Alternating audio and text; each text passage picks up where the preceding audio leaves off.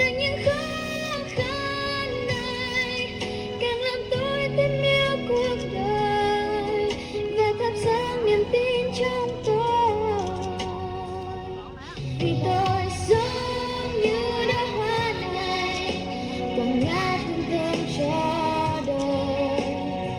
sống với nỗi khát khao rằng được hiến dâng cho cuộc